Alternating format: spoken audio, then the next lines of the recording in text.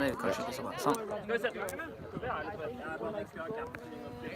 I bagen som er under den brune jakken, så er det en A6 svart bag. Der er det på meg. If I did one tomorrow, no, I was good. I'm gonna replace it first. Yeah, but I can look at this stuff. Yeah, I can.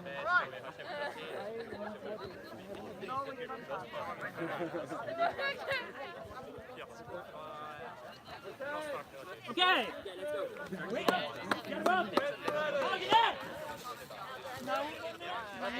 Sagene, we're starting again!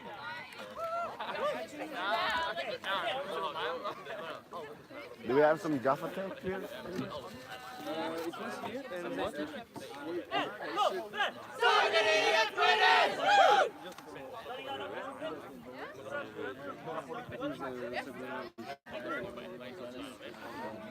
I'm only one go around.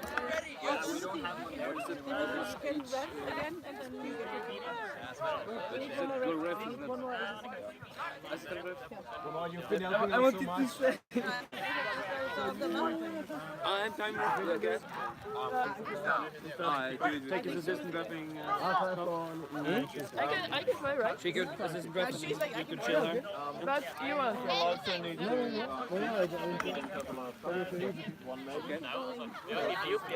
Something you wanted to sit carefully and loudly, like. So I know that I need to go out and come here. I don't have a cup, I just need to like. Ja, takk. Thank you.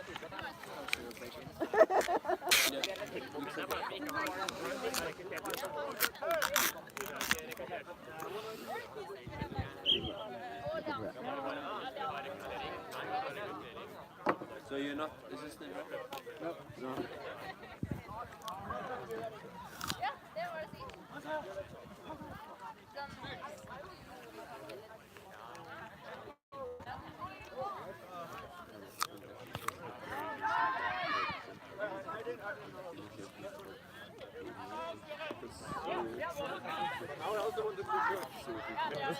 Mhm.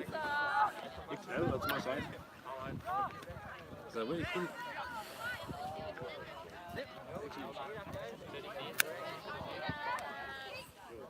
Authority. You saw what her capiche looks like.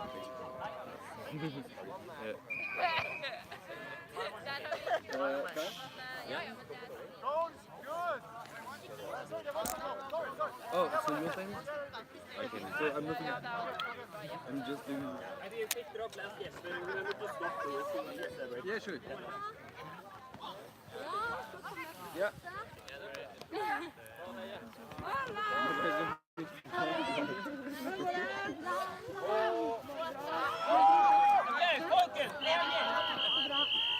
Det her er søstera til Mia, som vi har scenekamp med. Ja, jeg ser Mia. Hello and welcome to the live stream. It's Albus, Humlesnurrs, Disipler against Sagene. The disciples starting with a nice goal. Nei! Nei, det var... I'm ready to sub. What's the number? Ja. Jeg står egentlig masse mye. Ja, jeg tror det er bra. Vi klarer å trage høyt. It's okay, because it's able to play.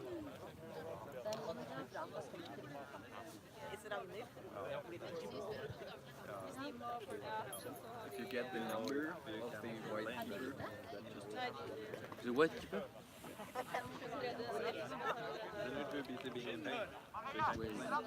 She's a female as well.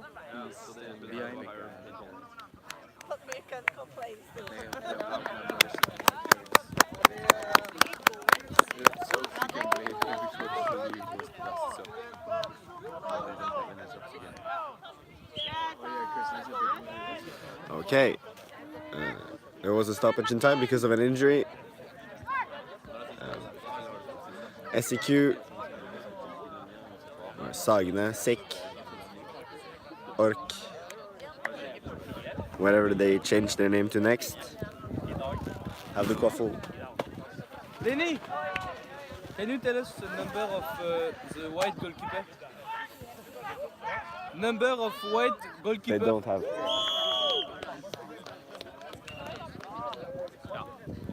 The number. What's his They number? don't have any numbers.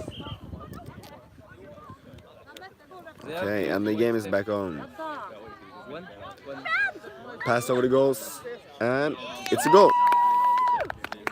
The score is 10-10, Kom igjen, Sagene! and it's a beat on the Sagene beater. Bra, Martin! Ja. But they managed to keep the bludgeon control. The Disiples slowly running up the quaffle, trying to get another goal. Not managing to get it through. And the Sick keeper has it. Martin! Martin the beater! It's Peter Martin!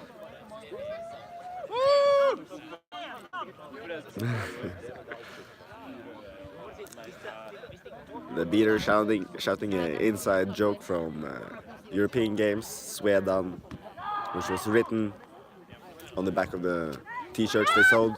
And it's another goal. Same tactic. It seems to work perfectly well. Passes to the right side. Passing to the troll behind the small hoop, and he shoots and he scores. We have a run behind. It's a nice beat.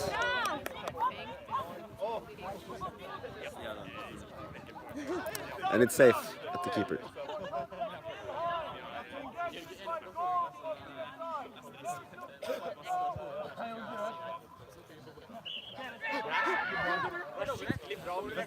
And the score is 20-10 to Sick, Sagene.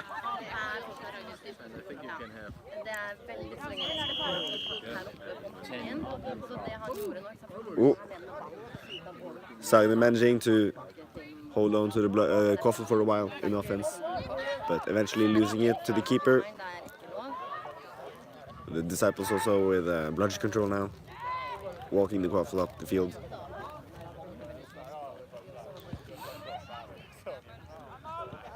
Disiples are relying a lot on the hero runs, which Sagene managed to defend against very well.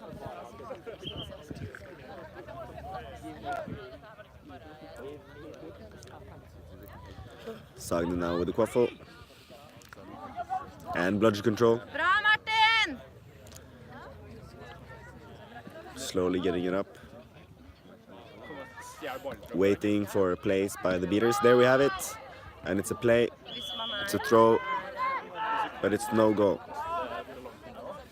The score is still 20-10 to Sagene. Og jeg hadde faktisk vært mål på en turnering, og jeg var sånn, jeg kom meg ikke forbi, så jeg bare gønna på, og så skåret jeg.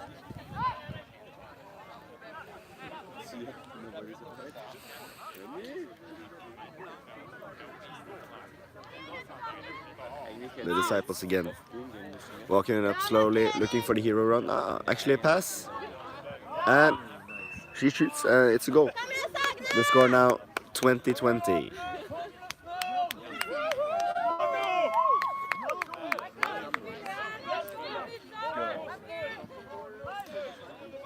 Sagene looking to get back bludgeon control. Ooh. Oh. Nydelig. Kan man bruke den ballen? Det er det du kan, ja. Du kan dodge den. Ja. Oh. Managing. Kom igjen, Sagene! Defense! Ooh. Kom igjen, Martin! Kom igjen! Nydelig! Bra spill! Nydelig, Martin!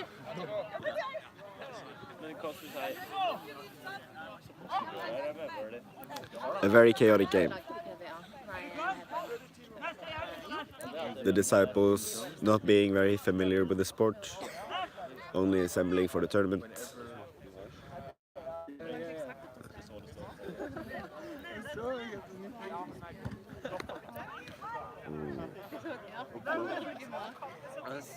They missed the shot.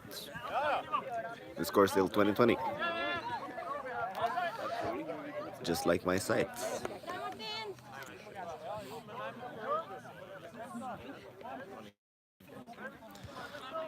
Okay.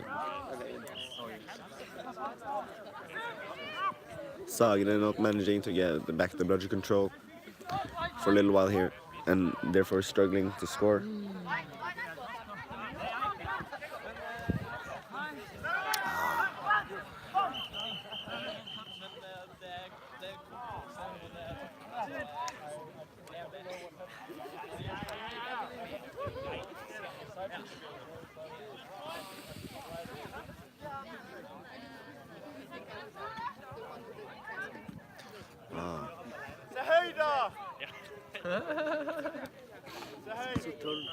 Oh,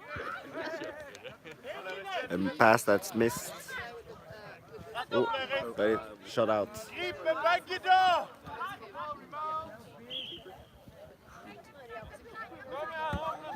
Oh, Sagene losing the bludger control here in the transition. And it's a drive by Sagene keeper Kai, and it's a score, it's a goal. And it's 30-20 to Sagene.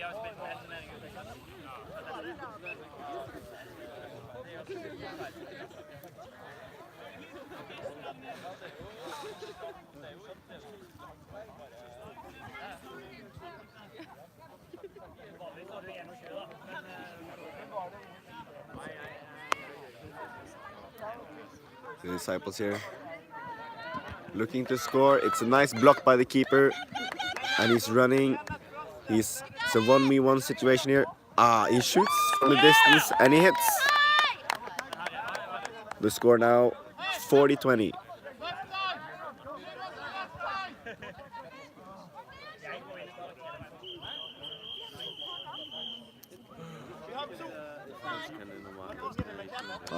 Looking for the pass, but it does not connect.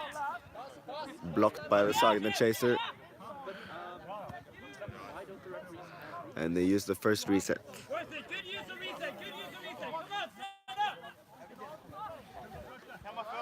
Sagene now slowing it down, trying to set up an offense. It's a beat by the Sagene beater here. They gain back bludger control.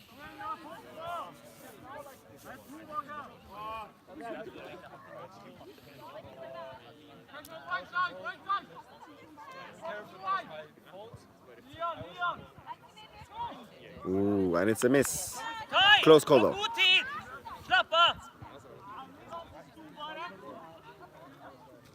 Rest of the team, keep moving, create space, make sure you can get a pass. Kai, husk at du kan begynne bevegelser også.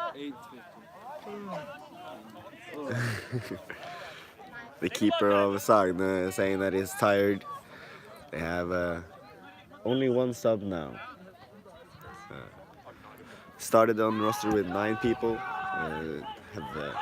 Sadly have some injuries, so the roster is very, very limited now. And it's a goal by the Disciples. The score now 40-30.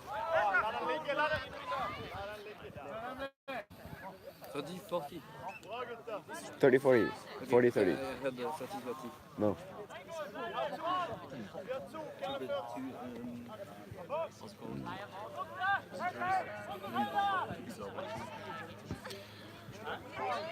Ooh. And Sagene now gaining the bludger control. Oh, no, they're not. Ooh. Some great playing here by the beaters on the right side. But the chasers not managing to finish the attack, the offense. Brooms down! Brooms down!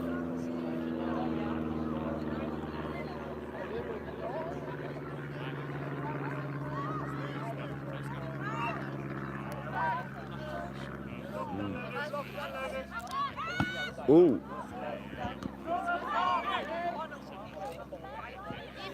The Disciples here using a very chaotic situation. Ooh.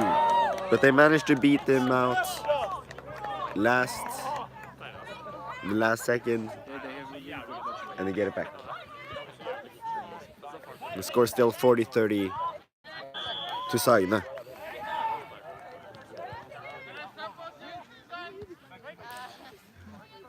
Tie first and then he goes on to beat it for you.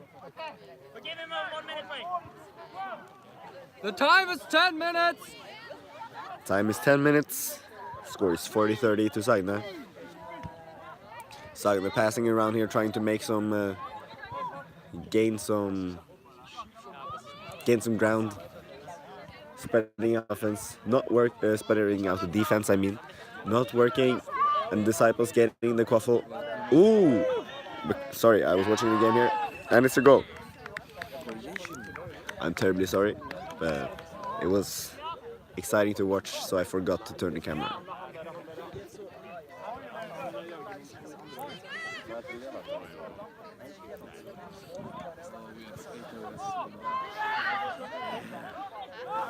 The Disiples still with the bludgeon control, managing to keep it really well here against some very experienced beaters at Sagene. They're tired. Both teams actually have no subs, almost. The Disiples have 2 subs, and Sagene has 1, which means that during snitch play, Sagene will have no subs, and the Disiples will have only 1.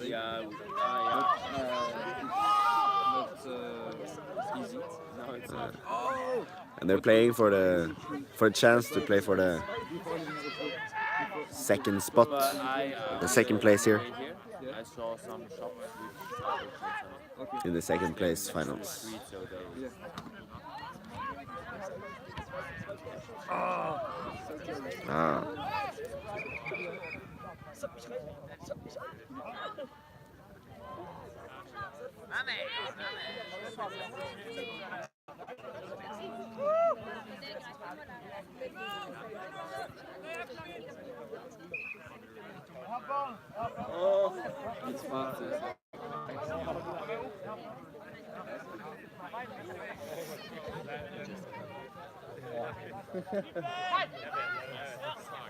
Why do they have to place it right next to it?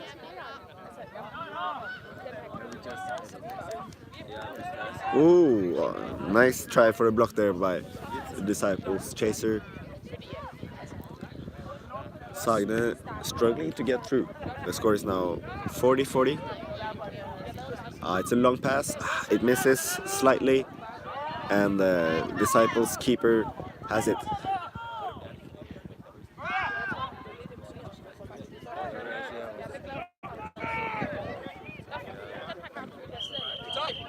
Uh, 14-15.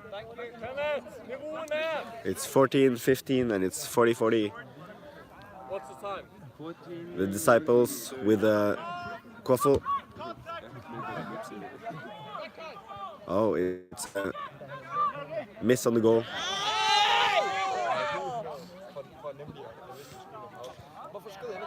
And it's a goal. Nice passing there by Sagene. Some questionable contact there from the Disiples. But ref didn't call it, so that's just the way it is.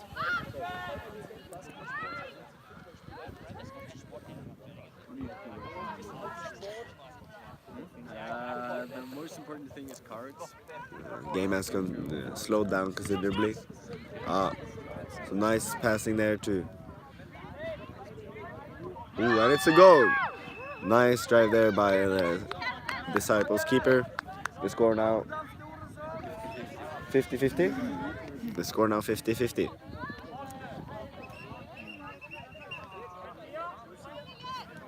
$15.30.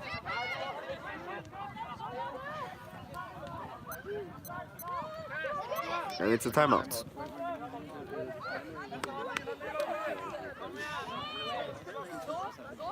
I'm gonna put on football.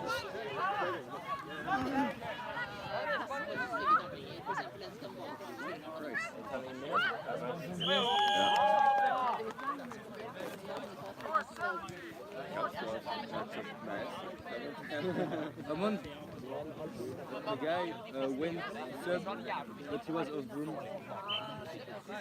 I didn't see it. Just, it was not. He didn't change the.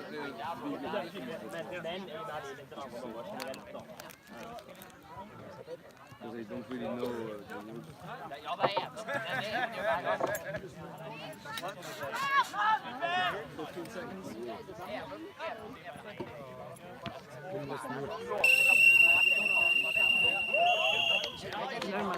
And they're getting ready to start the match again. The score is 50-50. It's a really tight match here between the two tired and small teams fighting valiantly. Sagene has quite a few experienced players, and the Disciples not so much. But they're very athletic and go to the athletic school here in Oslo to like study. I don't know, sports science. Quidditch doesn't really have a...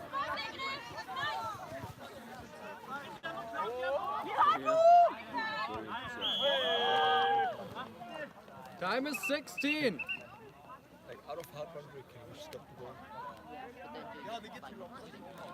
There's a stoppage in play here. Don't do if it's like two people very closely or something like that. No. But Yeah, but yeah, in general. It seems like there's a bit confusion around if the goal was good or not. Assistant referee saying that was through.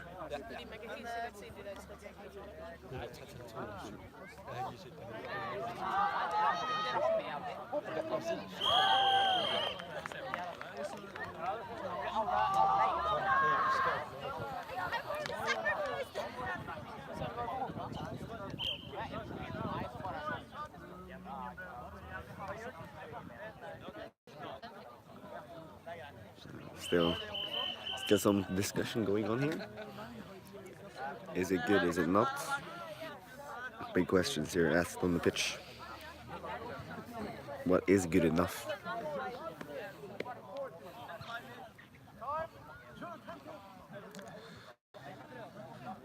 Both teams here benefiting quite a bit from the brooms down if they use it right and relax a bit due to their limited player base.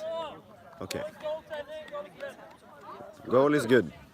That means the score now is 60-50 to Sagene.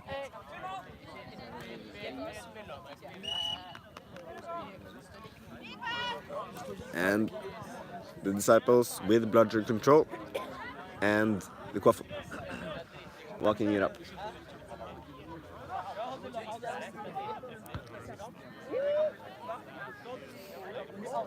Very tight game here.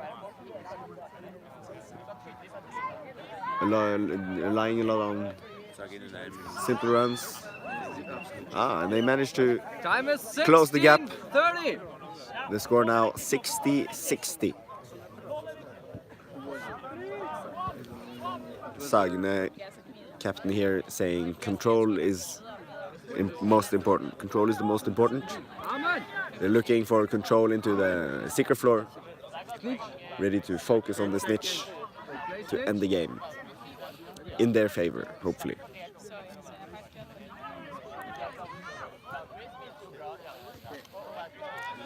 Oh, and a pass over the shoulder. It connects. Ooh. Here again, very questionable. Very questionable contact, I would say. 40 seconds. Okay. 40 seconds. The ref here really wanting the teams to be physical and accepting a lot more than most refs would. The Seekers now getting ready for both teams. Tall guys, a lot of arms. 20 seconds. Pass connects. And it's a goal. The score now 70-70. 10, 9, 8, 7, 6, 5, 4, 3, 2, 1, go! And the Seekers are released. Sagene with the quaffle. Probably going to slow it down a lot.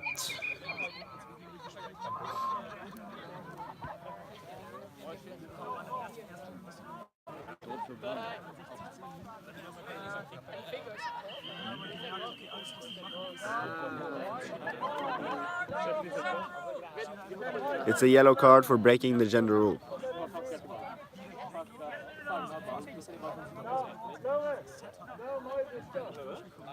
Martin! Martin! Ikke prøv så hardt, da!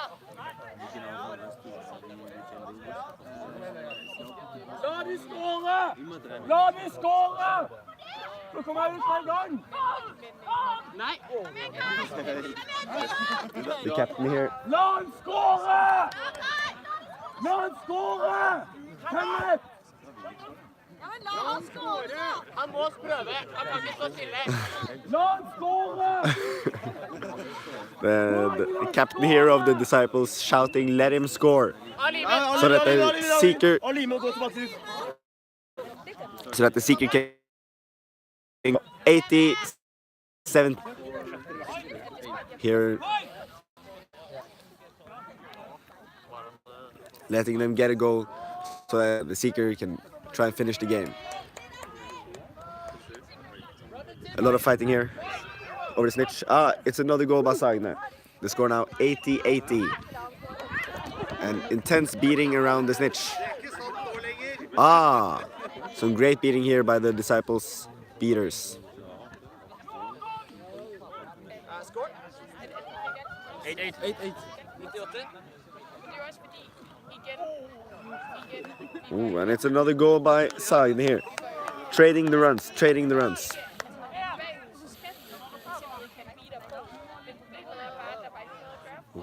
And the disciples with the bludgeon control. Really taking control over the snitch game here. And slowing it down a lot. Kom igjen nå, Kenneth! Ooh. Tobias, Yeah. the handicap, when do they... 23 minutes. 23, okay. Kom igjen, Håkon! Sigan! Oh, Sagene managing to defend the goal here. Just too good. Ooh, going for the run. This is big. And it's a goal. It's now 180.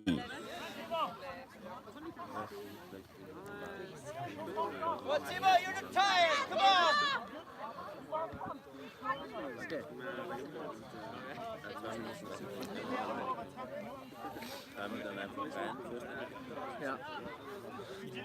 The disciples have lost bludgeon control. Sagene now controlling the snitch, making it really hard for the disciples. Ooh.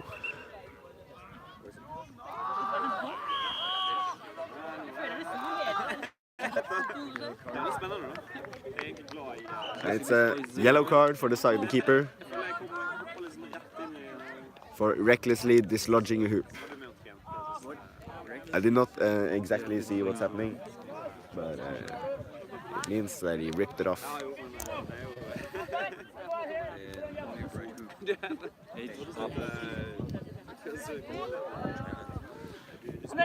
Gult hodevann! Gult hodevann! Hva skjedde? Jeg skal sikre. Subba du litt for hardt, eller tagget du back in for hardt? Nei, jeg skulle blokke gjennom hoop. And it's a goal. The score now 100-90 for Sagene. And Sagene also still keeping the bludgeon control and control over the snitch play. And Sagene running up, really trying to run through here.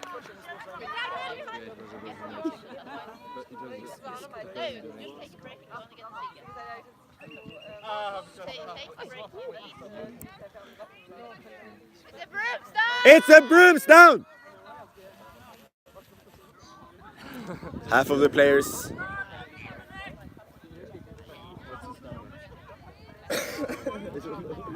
Kom bort hit. Du må komme bort hit. It's a yellow card for contact on the neck.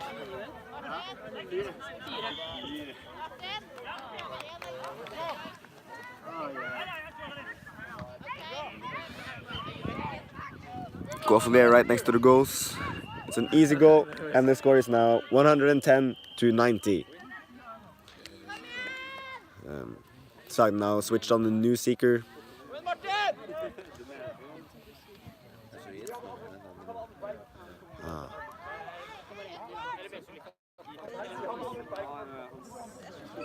Ooh, and it's a goal for the Disciples. The score now 110 to 100. And Sagene losing the bludgeon control. So the Disciples here now with control over the snitch. Trying to, some passing here by Sagene, trying to get the Quaffle through the goal.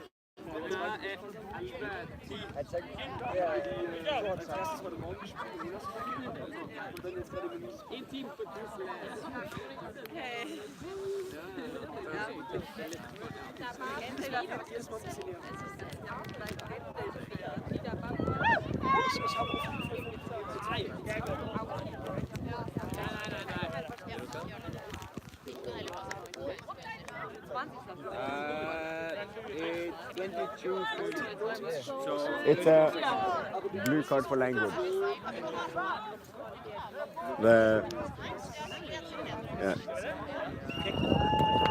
The Disciples see Chaser getting a blue card for language here. So the score now 120 to 100. Ooh, and the Disciples here with the bludgeon control, still controlling the snitch here. Ooh, missing both the beats on the opposite, on the Sagene seeker here. But they scored a goal. It's now 120 to 110. The Disciples with a bludgeon control. Ooh, and it's a nice beat there, a nice play there by the Sagene beater. Oh. Hey!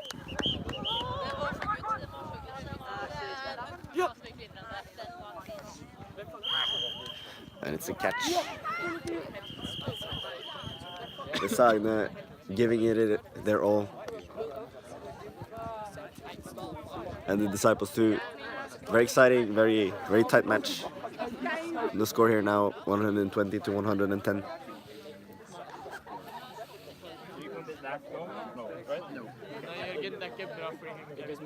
Yeah. So the catch is good. It's okay, yeah.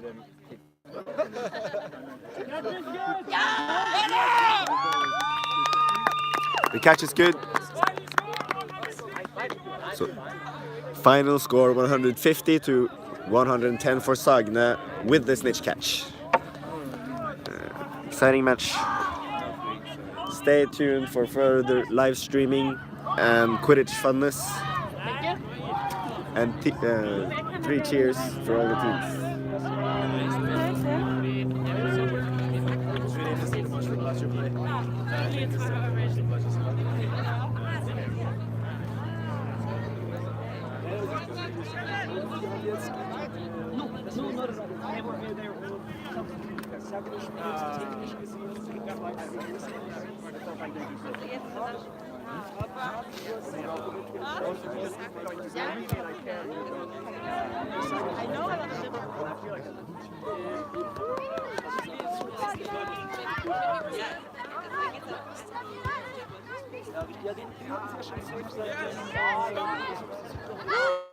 Kai went not on purpose, obviously, because she was running. She was sort of like his head, but like not everywhere here. But because of the sunglasses, I didn't like for me. It looked like she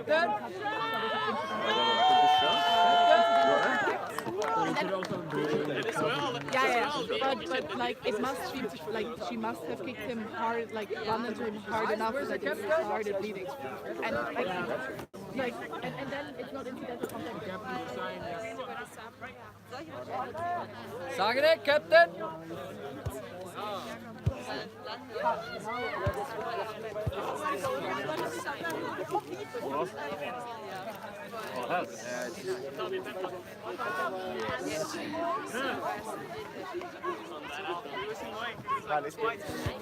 So not after match?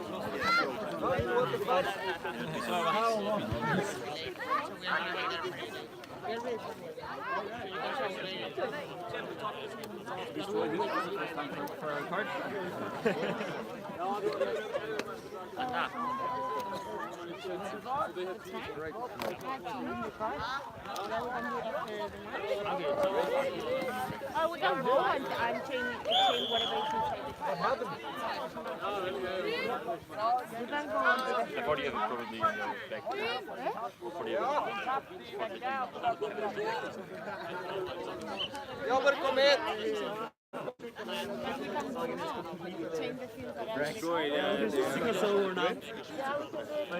Physical team that has like gotten like over the term at the stars really understand it. They have to do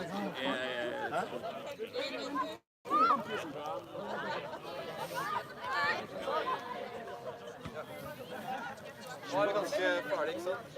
Da kan du...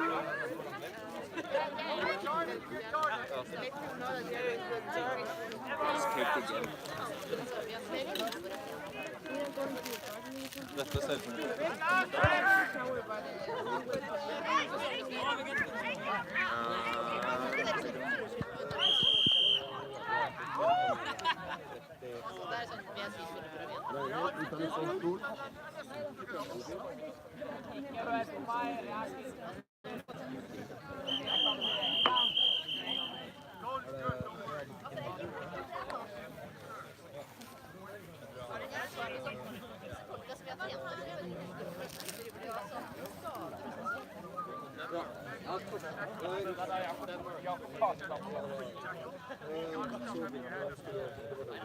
You guys going straight from the pitch? Driving on?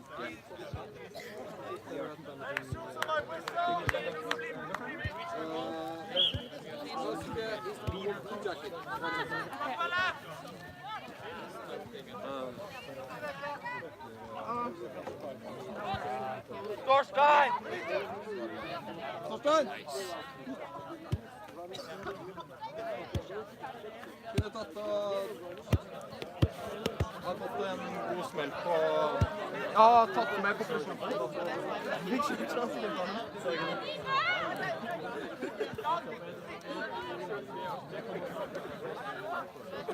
Ja.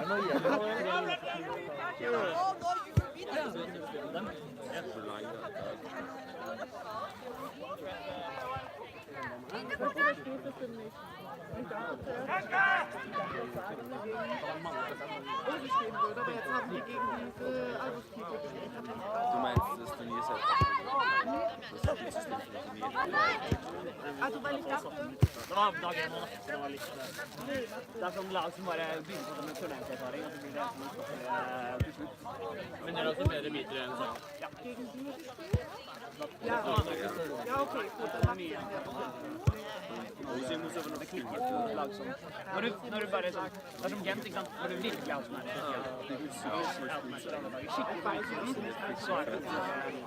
da har det ikke noe å si. Men jeg er ikke så flink til å se spillet, så på en måte de er ikke så gode på å se alle spillene. Og så er de svære da, så på en måte hvis du bare liker å spille, så er det ikke sånn. Stein, does it make a difference for EQC ranking to play second or third? Yes, but Yeah, that's what I thought. Like, I was like, if it doesn't... Okay. No, I just wondered if it, because especially if it didn't matter, then it would be like, why play it? Now it's like, yeah, I mean, they can't play.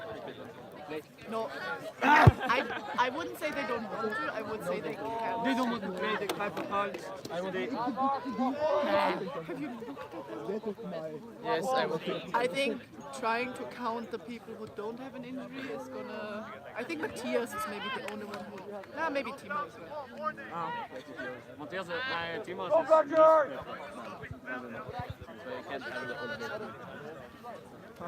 Yeah, that's the problem. You can't have the old people. You can't have the old people team. It's too many. Det hadde vi vel. Ok, den ble tatt.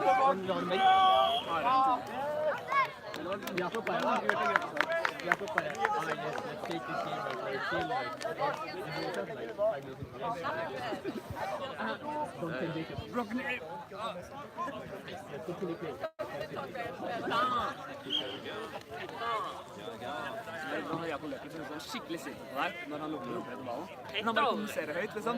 Det høres ut som han er dritpist. Men bare Stein! Så liksom det er det dummeste du gjør ikke på. Nei, bare du vet akkurat hvor han er. Han Trym måtte ganske fri til å si høyt. Han gjør driten da. For ofte sånn, jeg løper inn og så er det sånn, her kunne jeg kanskje sette det, men jeg aner ikke hvor den er. Og så han bare roper det hele tiden. Så altså, hvis jeg tenker jeg kan gjøre det selv, så bare senser jeg ikke. But how did it end up on the I didn't put it. Yes, and it smells like the tea I made this morning. Yeah, but then we brought it yesterday and left it. No, I made tea this morning with it. Then it was in my NTNUI bag or something. Then it's fine. Are you sure? I just don't want to drink from something that is... Yeah, but just steal it. Lisa, do you know how scared you look when you ride? That's right, great. I think just...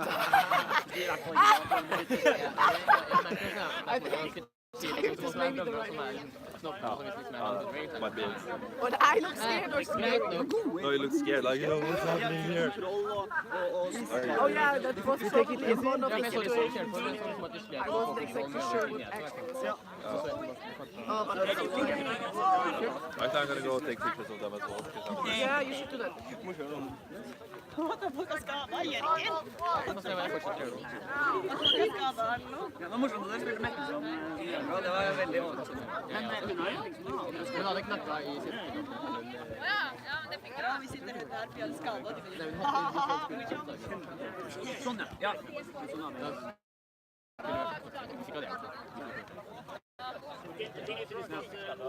Hun bidrar faktisk ganske mye med passningsspill og fordeling. Men man merker jo mye da. Is that Eva? Ja. Problemet er egentlig at vi ender opp med å ha liksom noe mer lingo der. Så er det ikke noe sødd for noe. Det er liksom ikke noe merkelig. Det er noe både jeg har møtt til jager og jeg merker vi har spilt og sagt sånn. Hva er det mer da? Ja, da er det ikke noe. Someone have a tissue? Og så på en måte, så er det ikke mye stress. Så jeg kan på en måte skyte noen, og så kan jeg skyte igjen. Og så hvis jeg klager selv bort, så kan man løpe med hjørnet. Du må bare ikke noe mer enn 2 ganger. Sånn at medlem ikke får lov. Ja, men han er sånn gjør som gjør det. Jeg skjønner ikke hva. Så lærer han bare aldri. Ja, sikkert. Sikkert gjort det på den tiden han var bedre. Han bare stå på barn. For det mister ikke klart. Sånn. Vanskelig å spille på. Gjøre var liksom rask. Det var vanskelig å holde. De kom på igjen nå. Yes, so I think we will just do either if the car wants to stop at McDonald's, or if the car wants, we're gonna order pizza while we're in the car. Sometime, that's what I'm pro pizza because I don't eat anything from McDonald's. They do beautiful burgers, but yeah, so pizza is better for me. But if everyone wants to go to McDonald's, then Yeah, but it seems simpler to just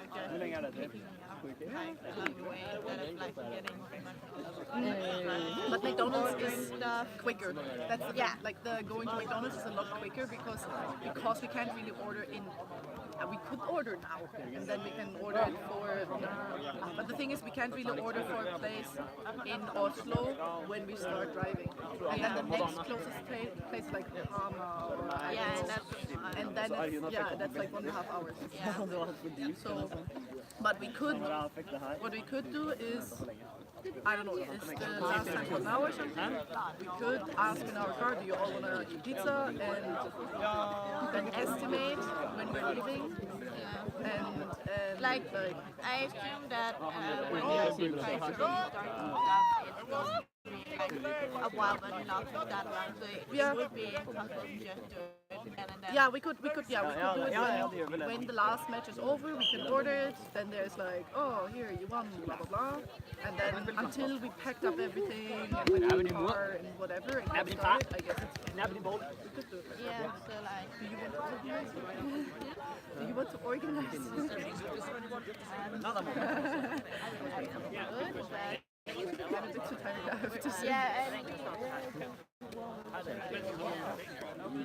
Oh yeah, because we still have to play. Who's in our car? For den så føler jeg du har lært om har du gått på hodeberegning?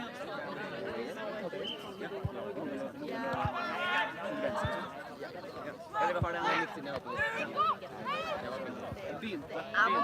Det var skikkelig forvirrende. Jeg skjønte liksom ikke hva så litt tid. No, he's way too unorganized to organize. Amen, do you want to organize something? Pizza. Oh yeah.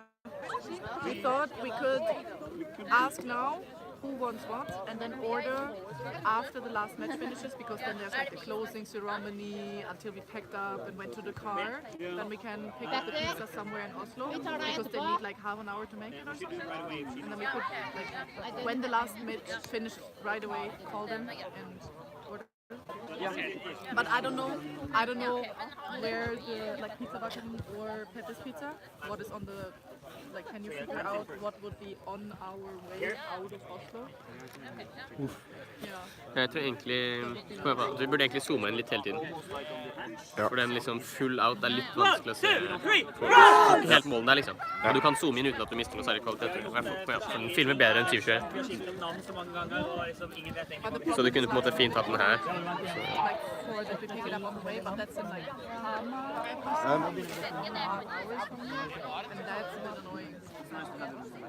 It's nice to not have it at, if we can have it when it finishes, I think that's nice. Sagene IF landet her.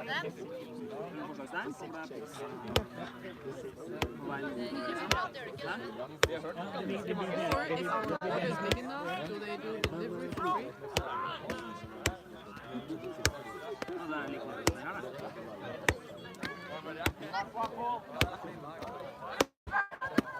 They do delivery if you.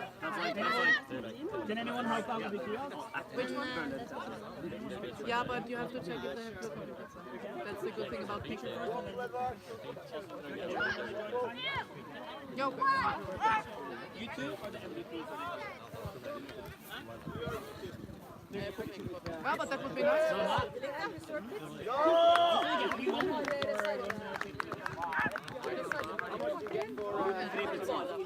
I'll take two.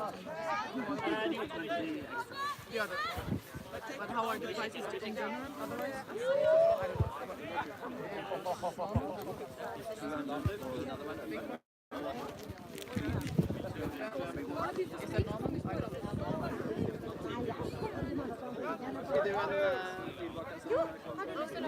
Sounds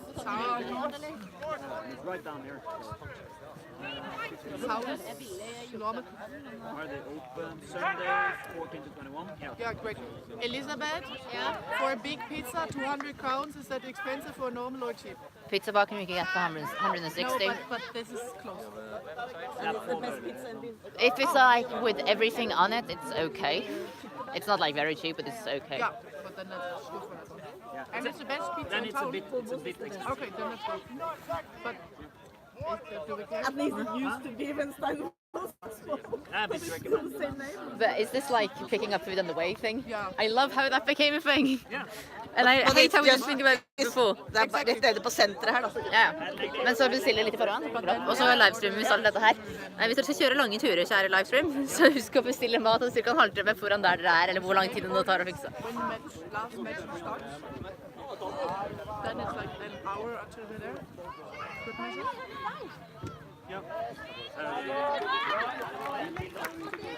Latest, let's say 45 minutes, and then if they have it ready in 45 minutes and we come 15 minutes late, well.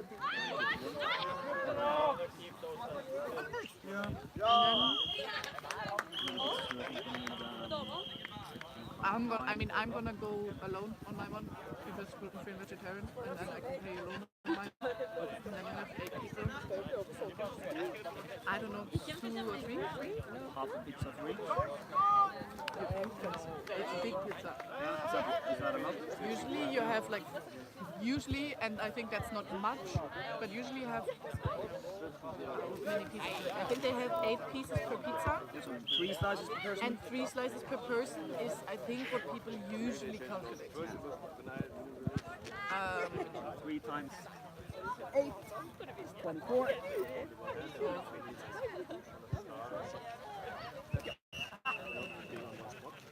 Wait, no, did I make a mistake? No.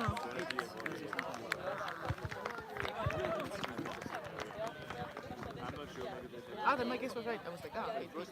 3 pizzas. I mean, you can go for more, but then it makes sense to go for cheaper. Like, I'm the one who cares the least. I'm working. I have money. What did she say? How much you can get us for a pizza bucket? It was 50 from. Different. It was like 75%. You decide.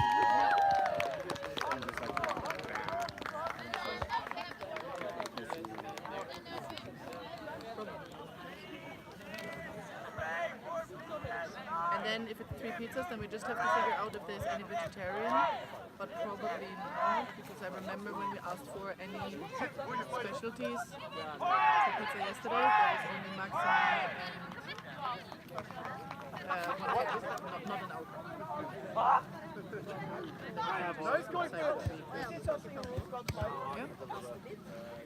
Yeah. In this case, I can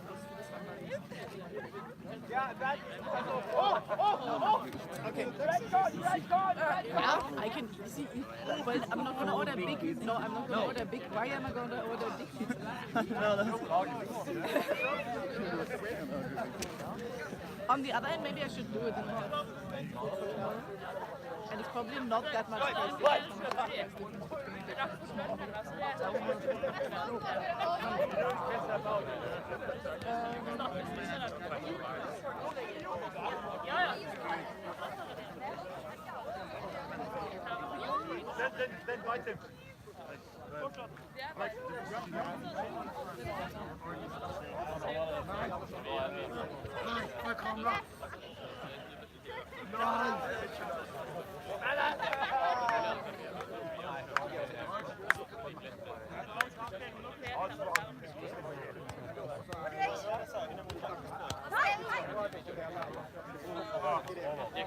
En ting mindre om igjen.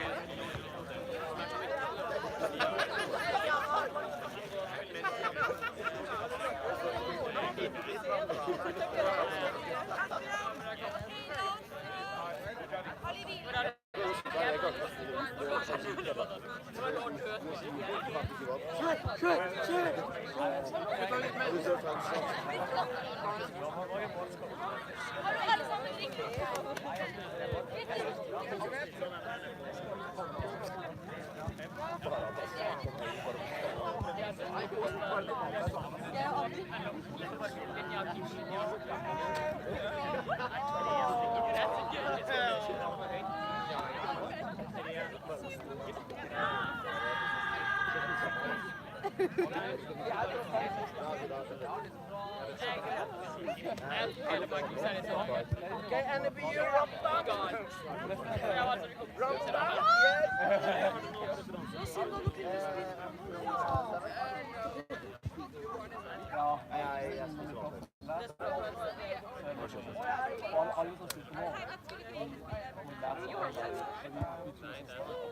Fick jag sån sko?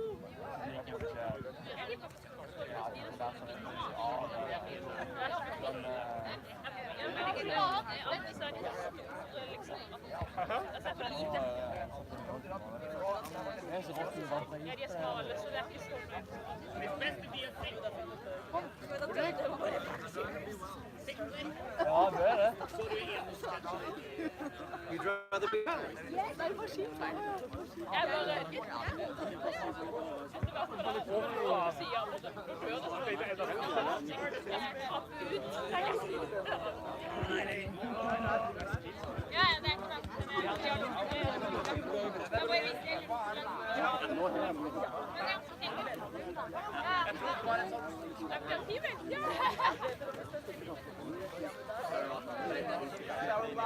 Jeg så den i går, så den var veldig fin.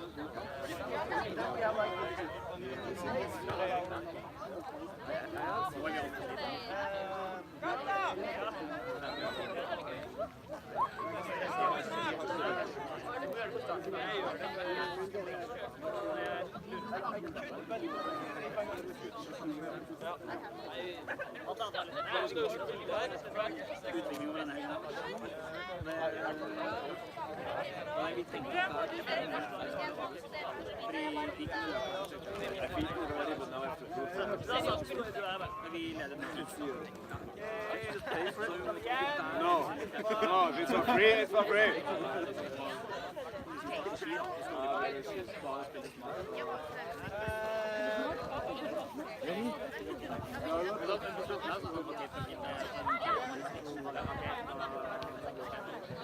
Jeg tror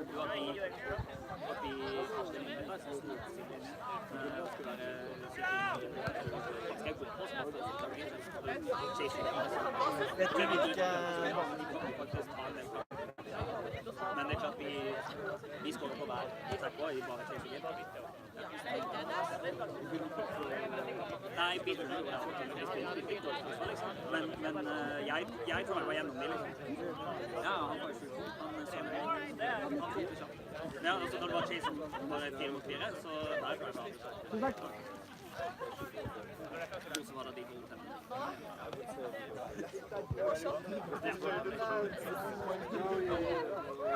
Ja, det var veldig bra. Men jeg gleder meg til å se deres kamp mot NTNUI på i går. Den er ikke Ja, takk. Det er deilig å være CPC. Jeg var headrest på underbanen. Ja, jeg gleder meg.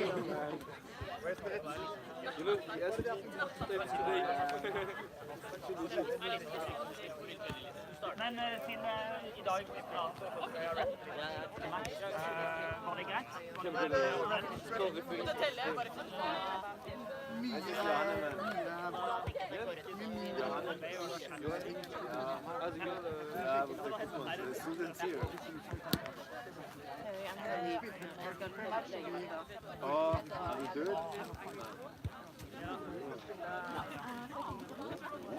Bye.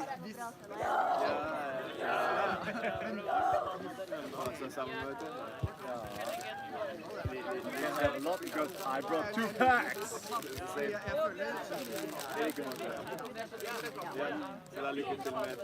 Actually, I would like to play just like fun. Yeah. Det spiller så fint. Jeg har så lyst til å være med. Det er nesten til jeg må søke landslaget bare med det. Vi får se. Nei, det blir bestemt hvis vi får til litt synergi. Det er jeg som sier ha det til folk, for jeg skal få lenge.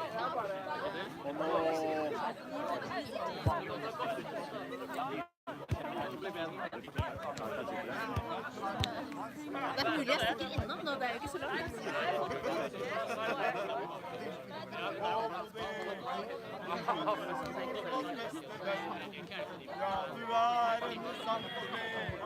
Nei, men kan vi gjøre det altså. But now, when we play the NTNUI now, it's like, now I get the point of having 6 meters. When you're on and you run attack, it's like I'm dying. But that goal, did it was 3 or 4? Just 3 guys? Yeah, that was. I'm not sure about the change, but there were definitely 2 people. You were like, but you also wanted like, oh, you jump to the ground. No, we saved it. Yeah, he's on the ground, you're safe. Oh, they're like, but we had him. Absolutt. Og så Men det var sjukt med Valkyrie, så Of course, never første gangen counts så var det bare 1 overtreff.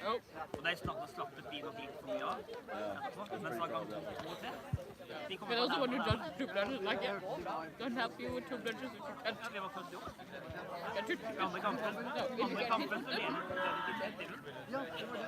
det litt med litt fordi at vi var kalde og kjipe og hadde drive. Det var målfeil, vi gjorde jobben. Men det er også fordi at de spilte sjukt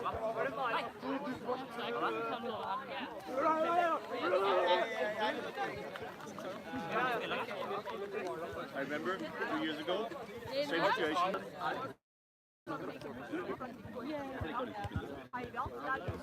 Ja, men de har lyst til å spille med, jeg har lyst til å spille. Men da kan du flytte. Ja, jeg flytter.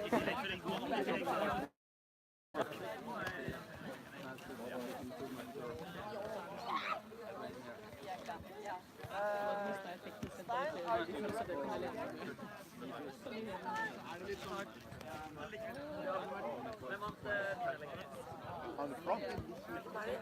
Var det derfor han Jonas løp ut med min? Your posture actually doesn't look too bad. Like usually when they play like IT guys,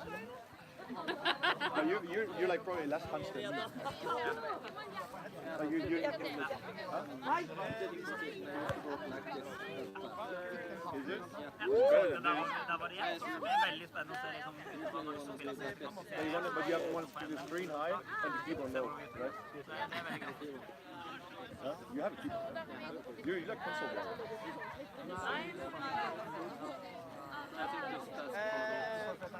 Of course, my doctor wants me to check my heart. So who is roughing our game?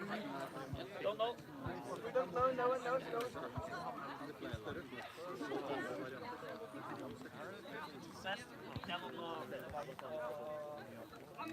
Grim has found his own D&D route. His own D&D? Yes. He's like, I can't write it because of my own D&D route. Who is roughing? For what game?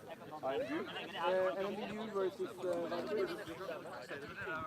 And then it's also at the same time to be Katta versus I'm not like I'm not rapping out about it again because last time I was really hard. I can maybe rap the color. Just rap. Can I stand to cover again? What about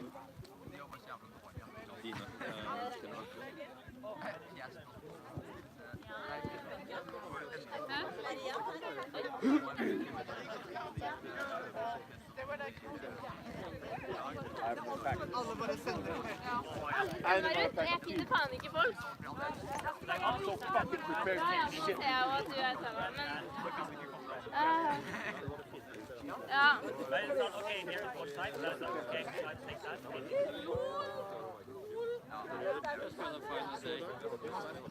Now I'll remember next time.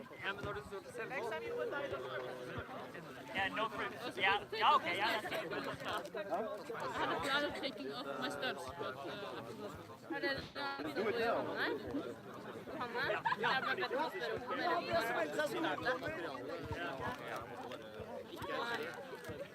You should just do that. Just form the magic.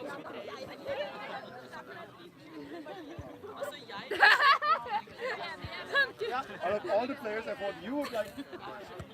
Yeah, let's go for it. No, I want to play one more match. And then also I can't have a team playing basketball when they have to drive me back to Trondheim. That's the problem. Designated driver. Yeah. Well, we'll Just see. make sure it's not you. Yeah, I don't drive a lot of drivers, so it's definitely yeah, it's yeah. But we will play football in Denmark in 2 weeks. Yeah. Yeah, that's promise. Yeah.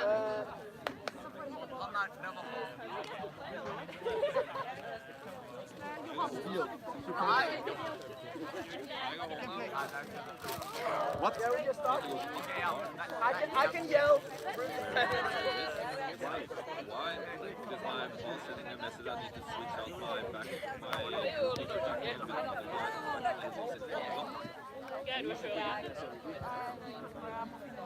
It's 1 hour away. So I said I will. I'll wait there because I'm in the middle of something and also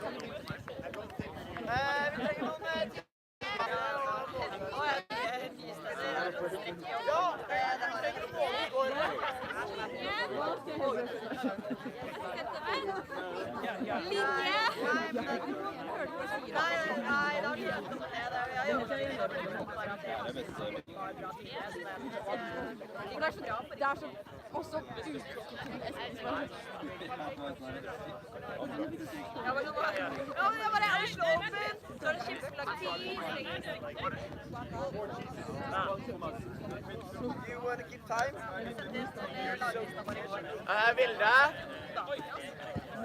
Vilde, det captain's meeting snart?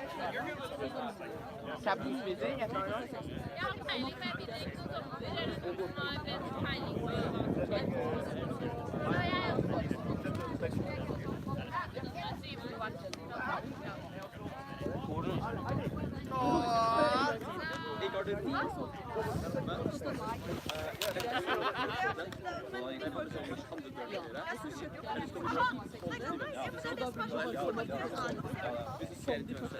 Hver gang jeg har sett de mer spørre om ting, jeg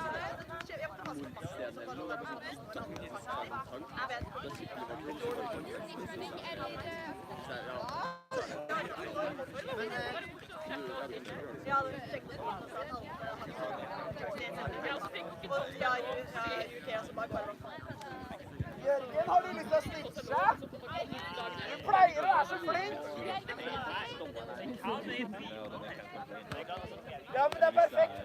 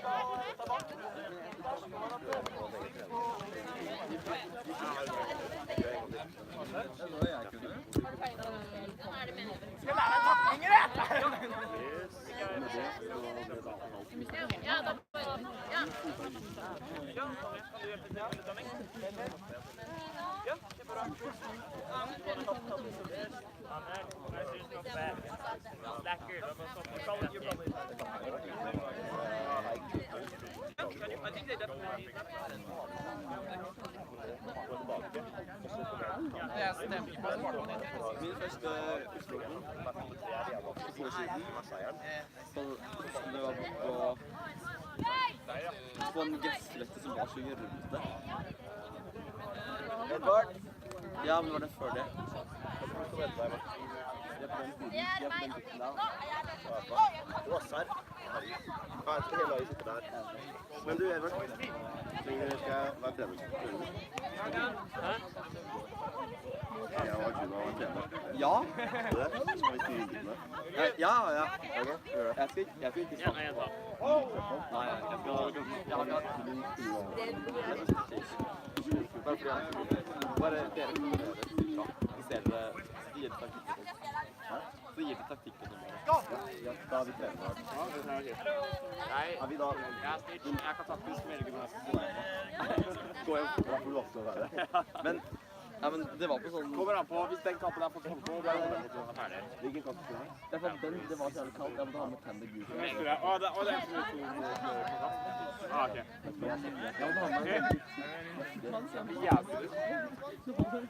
Let's get going. I want to see this shit.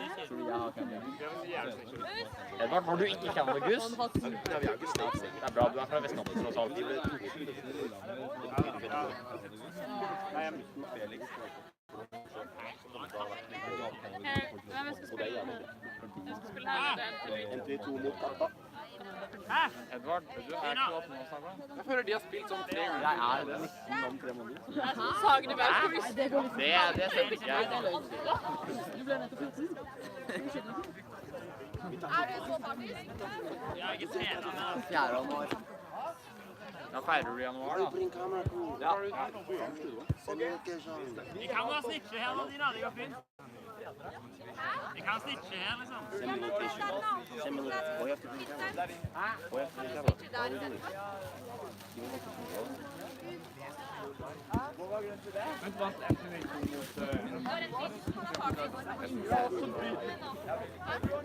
hva er NTNUI mot...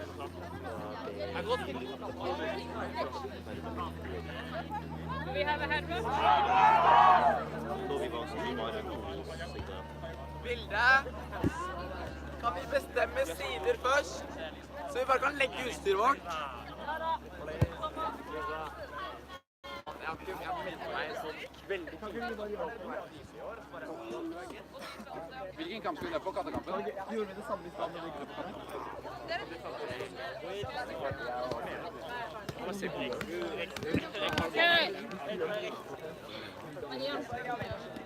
Hvilken side da? Jeg tar den.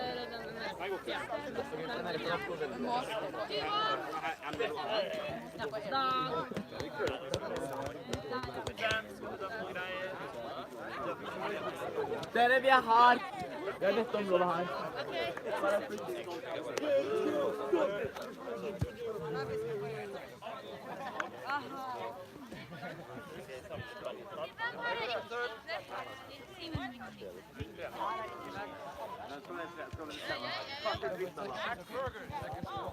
Jeg ser ikke noe NTNUI her.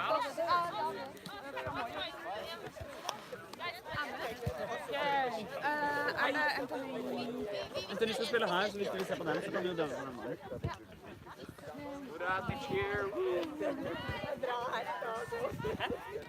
Can you ref? Yes, can you assist me? Whatever. Want to be headrest? No. I mean, I could, but I'm not good. Okay, can you call me if I say something stupid? Okay, then I have one assist.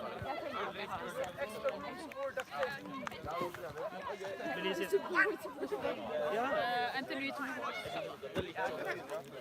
Jeg går ut på at den ikke vil være snitch denne kampen min. Du er snitch, det var. Ja, jeg skulle egentlig på deg. Ok, da er det da.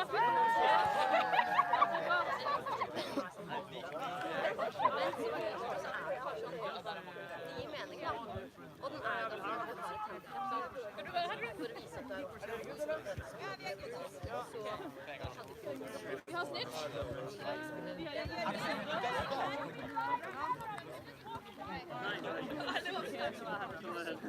Hva er det? Tifra, vi skal tifra.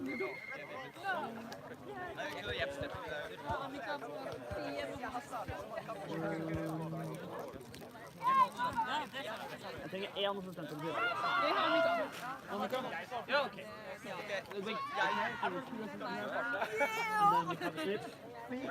Trykke bare ta det her. Nei, men trykke akkurat i kart.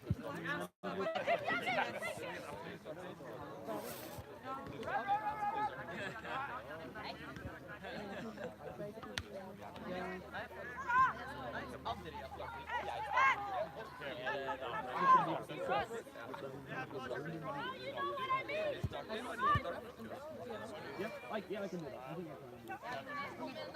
I can.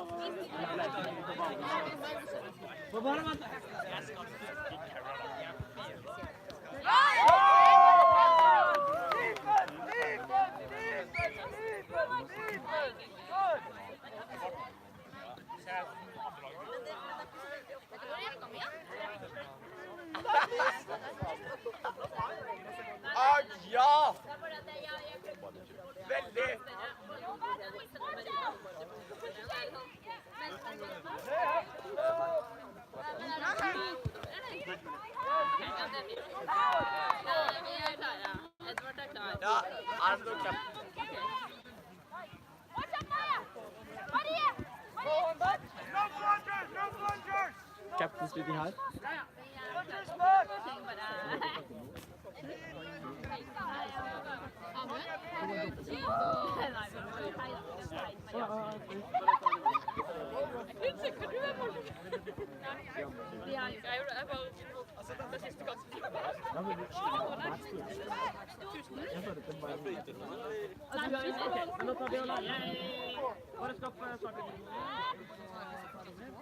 Maria, Captain speaking.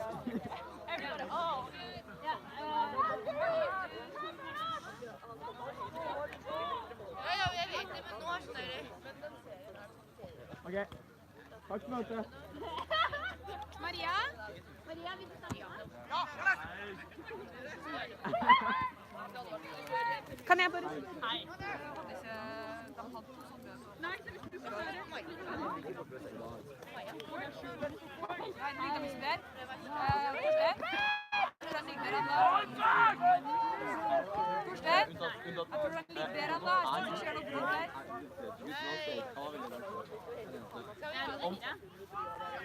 Ja, jeg tror det. Ja. Og Marie, Edvard, skal vi ha sånn heiarop, eller? kjør på. Ja, men du...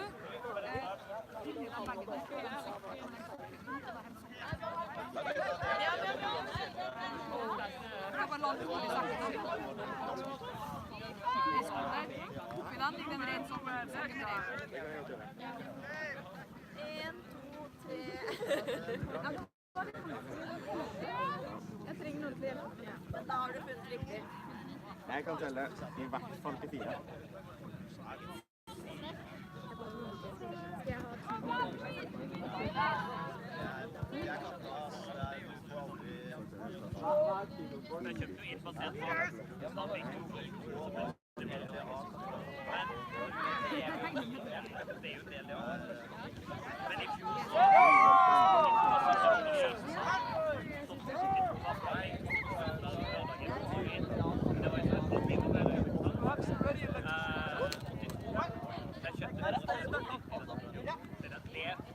Jeg skal bruke mobilen min til å ta tida i assistent.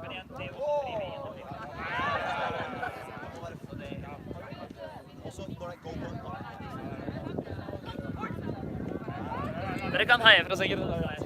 Ja, det gjør vi.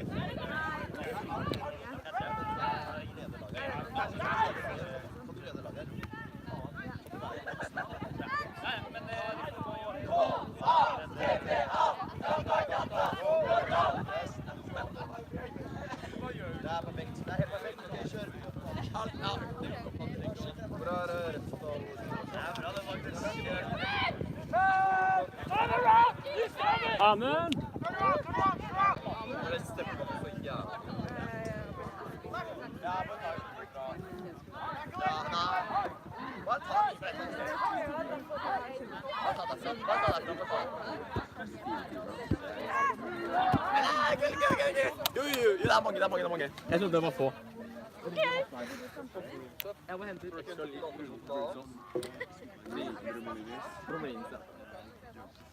De kommer til å brekke noe. Er det en eneste som har brukket i løpet av hele Oslo Opens dag? Det er helt sjukt. Det er godt gjort. Er de fra Elby, de her også? Se her, jeg har bevis! Johanne, er det her de vanlige livene, bare at de har blitt mye bedre? Nei, de er Jeg har blitt mye dårlig. Hvor kjøpte dere fra? Hvis vi får med oss det er ikke noe av de bra.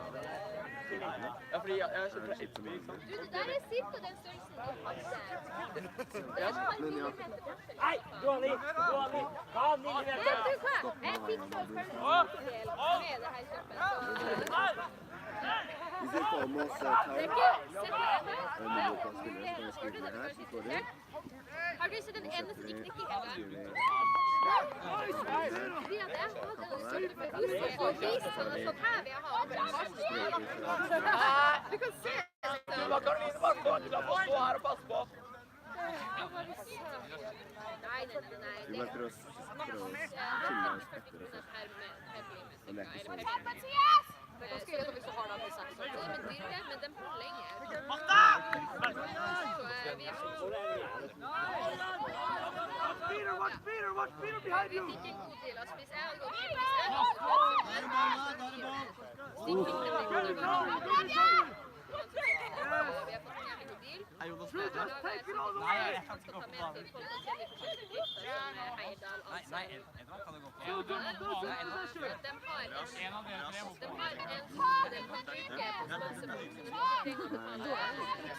Katta subs.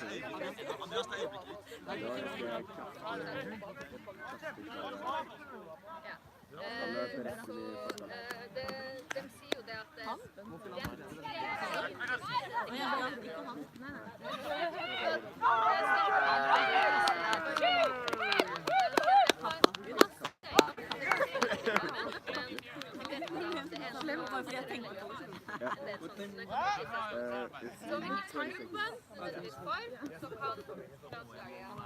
Han sønnen av en kompis av meg. Jeg fant ut av det stad, jeg visste ikke det.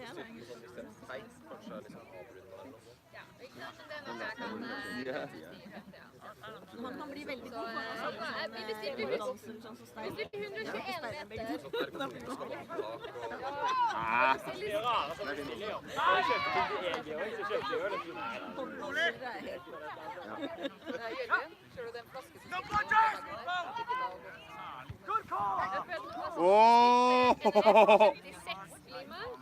Sagene bestilte 30, bestilte 35 meter.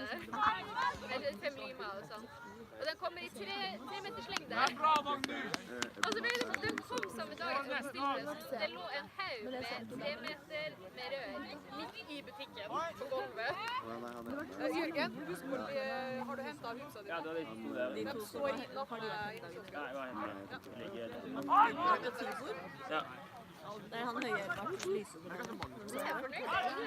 Edvard der er liten og mørk. Er det ingen som driver livestreamen? Nei. Men Edvard og Tibor går i andre klasse. Hello, do we have any viewers? Oh, then go continuously. Okay. Hello, YouTube. And welcome to this fantastic game with NTNUI 2 versus Katta Rumpeldunk. The score is currently 0-0 and the time is 1 minute and 30 seconds. 1 minute and 30 seconds. Hello, Matthias. Nice. Nice to see you in the chat.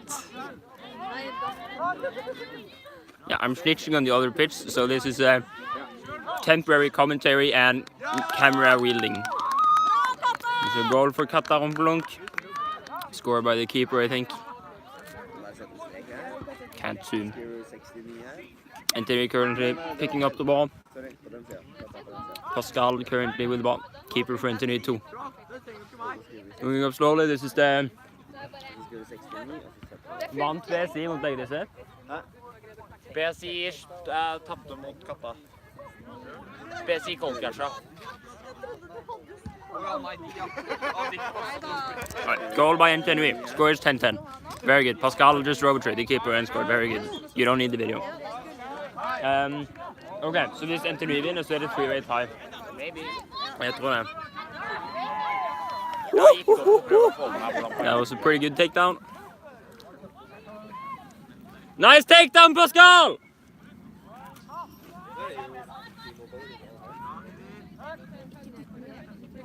Hvis Katta vinner, hvor blir det da? Sjette? Who's the girl in the blue pants? Claudia?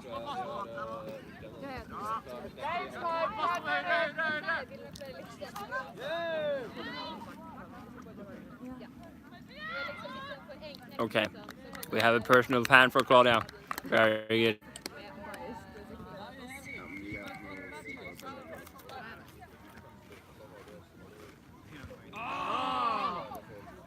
NTNUI Jan Kandula with a shot on the hoop which misses.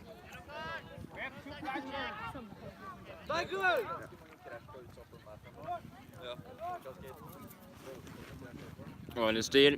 Down it up with the support. Katta is, continues with the ball though. Here comes the drive. Can Claudia stop it? There's a pass across the pitch. And there's a goal for Katta. Score is 20-10.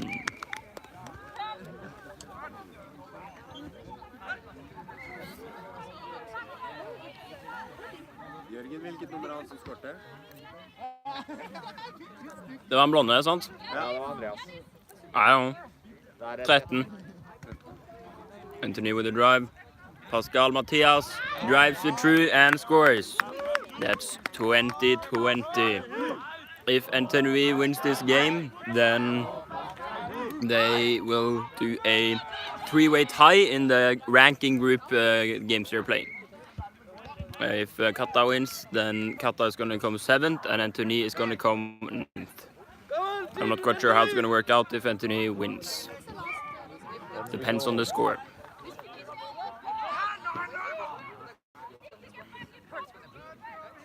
Oh, what? Kjør! So drive by Edvard Holen, and he scores, bringing Katta to 30-20. Jan getting the ball here. You can see the great NTNUI 2 subline with a whole 3 players. Hva er tida på den andre banen?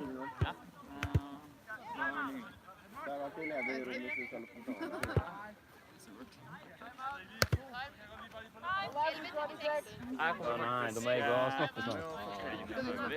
Ja. Nei, Vincent skal stoppe. Nå har Trym prøvd å knekke den ene limen i 5 minutter. Ja, bøy den da. Den knekker jo ikke. Ja, den er sånn som de svarte NTNUI har. Ja. Det er ganske nice. De har aldri knokket liksom. Nei, det er det. OC har også noen sånne. Jeg viser den til Stig, og sånn vil vi ha. Og han bare, ja, det er jo rørlegger. Eller elektrikerrør. Jeg har ikke noe bilen. Jeg bare, ja, sånn vil vi ha. Ja, men snakkes. Det er fint å se deg. Ja, like måte. Så ses vi, du skal opp i Trondheim snart, skal du ikke? Første gang vi kommer. Ja, nice. Jeg prøver å holde høyre oppe. Ja, fordi vi stikker meg. Ok. Prøv å få på da. Yes, det får gå tur hjem. Ja, takk. Sier du at jeg kan spørre? Ja, jeg sier det. Ja, bra. The time is 5:36. For Line uten å snakke til meg en gang. I guess. Kjerring. Line, hvis du ser på livestreamen, så hørte du dette nå. Kjerring! There's a timeout. Katta, I believe, has taken a timeout.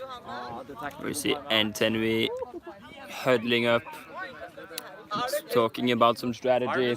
Here's Edvard Holen, and he's questioning the score. Is correct? No, he's actually looking for duct tape. Can he open the roll? He opens the roll with no issue! The actual reason is that we cheated, but we don't want them to know that we cheated. Okay, very good. We don't do this in... Oh, and they are fixing the numbers. What the fuck? Nobody cares about that. Here we see Edvard Holen showing an utter, complete lack in knowledge about his team numbers. And he's back on pitch. 15 seconds. Maria. Okay, so after that interesting timeout, there 2 years, we're back. Maria. The head referee is Maria Mykland. Has some previous head referee experience from Norway. So that's interesting. Very good. Fun fact of the day.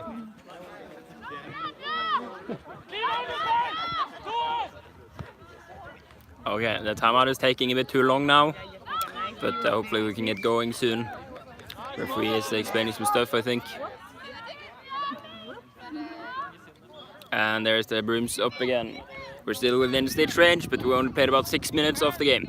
Edvard Holen on the run now. Can Claudia stop him with a beat? Can he be stopped?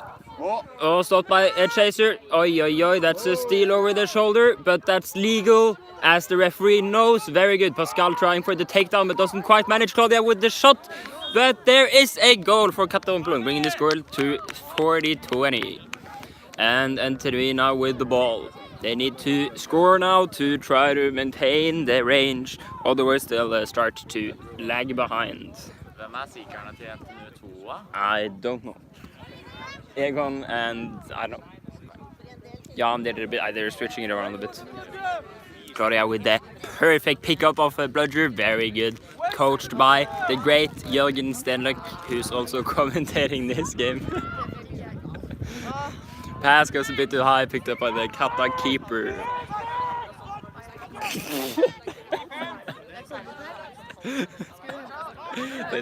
Det en som skal kommentere som kjenner Claudia tydeligvis.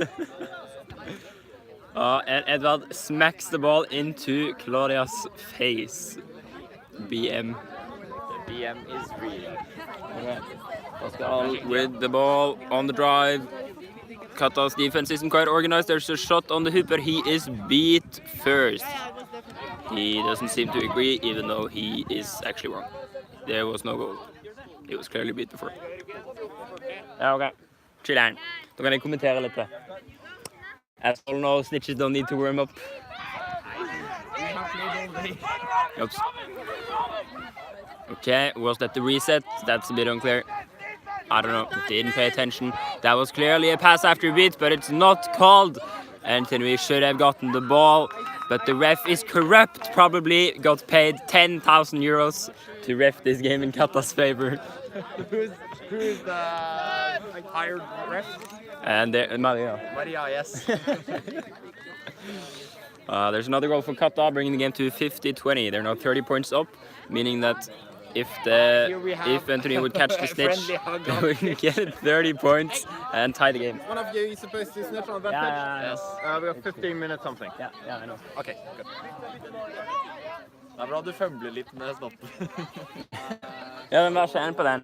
Halen var drithard. Det ikke en tennisball. Nei, det ikke en tennisball. Nei, det ikke tennisball. NTNUI with the drive. This is an important offense. If they score this game, they'll manage to keep the game in snitch range. Benedict driving, Claudia doing a Turkish. There's a Turkish, but it's not reacted to. Ref! Ja, Ellison! Good job, Ellison! There's a drive. Who has the ball? Where is the ball? I don't know. Katta gets the ball. After the flagrant cheating. Cheating from Katta Rumpeldunk. Unfair. There's an attempted shot, but it misses. And Katta brings the game out of snitch range to 60-20. Nei, Jørgen. Okay, I need to leave you now. Jørgen. What's time here? 9 minutes. I am the snitch. I will not comment this game.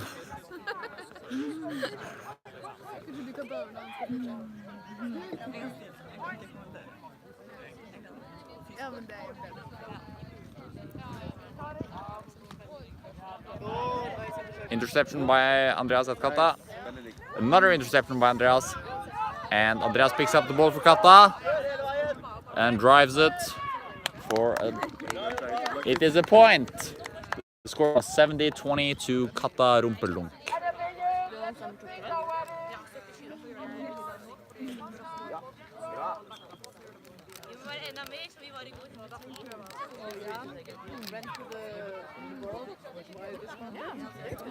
Here comes the quaffle. We've passed the midline. Andreas in point for Katta, followed closely by Edward as beater. Edward is pushed away, and there we have a lob.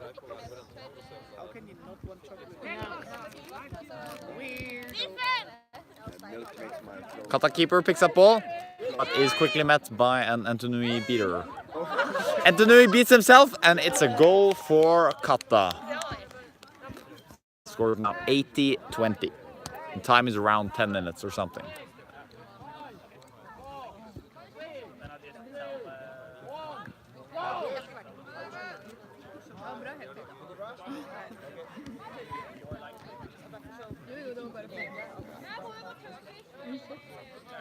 Oh. That's a goal by NTNUI 2. Score is now 30-80. Katta keeper has the ball.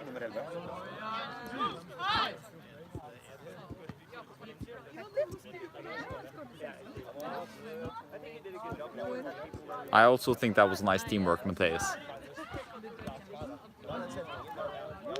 And that's a goal from Katta, somehow, somewhere.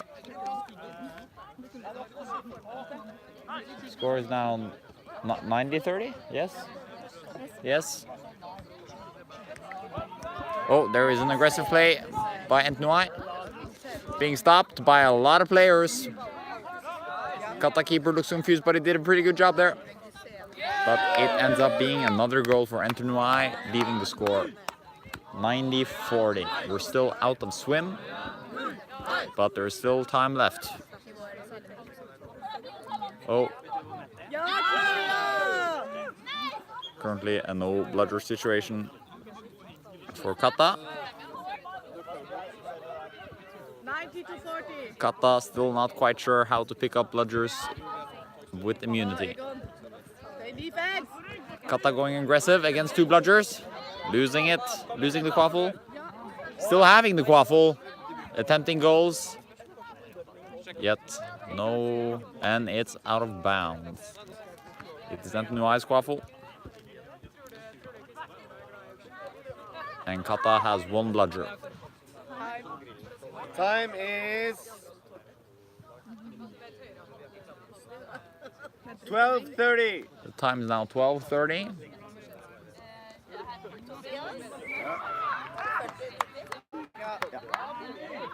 Oh, NTNUI trying, but Katta's player Vivi is turtling to some success. Katta keeper gets the ball, and it's their ball. Katta goes for the rush. Edward beats out NTNUI keeper, and it's a goal by Katta's keeper, whose name is like Magnus or Marcus or something. NTNUI starts going, gets beat, and the score is still 140 to Katta. Katta goes up aggressively. You hear the captain shouting "wait" from far away. And that's so close to being a reset. It is not. He did not pass the middle line. Edward following up for drive for Katta. Katta keeper. That did look like a pass repeat, but ref says it's safe. I do not know how, and I do not know why. There is also no brooms down. Multiple players should go back to hoop in this case, but we will see if the referee notices. There is no cheating if the referee does not see it.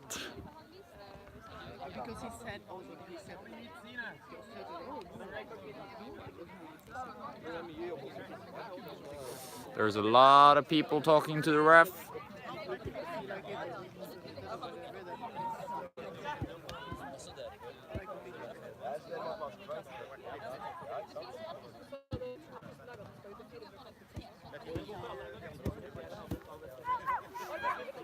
Yeah. And now going in offense, lost quaffle, quickly regained it. Passing it around. Oh, an interception by the Katta keeper. Seemingly open goal. And it is 110 to 40 for Katta. Somewhere in the middle of the pitch, there's a beater battle. Katta just lost that.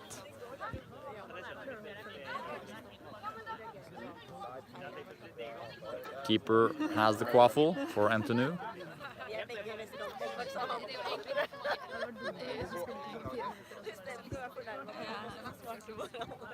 A Turkish call by NTNUI, and it goes straight through the Katta's hoops. That leaves the score 110 to 50 for Katta.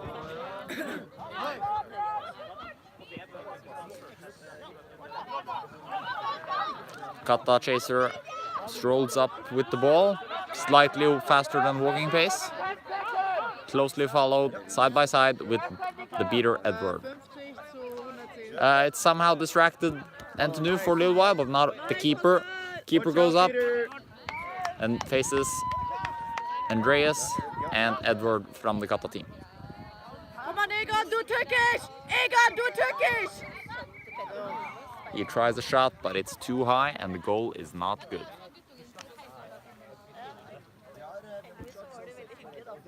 What time? 15. It is now 15 minutes and I will leave this camera.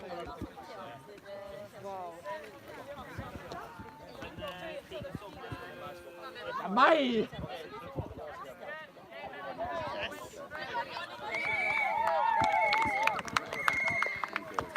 Nice, Daniel!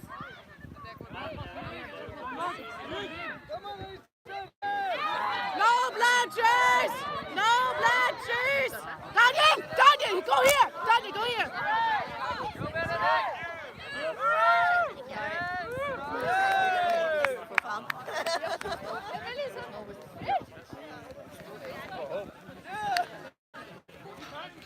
I'm back. I second snitching.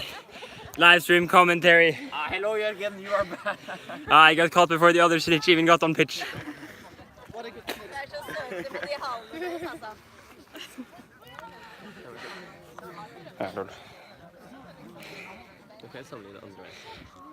Okay, this one is nice.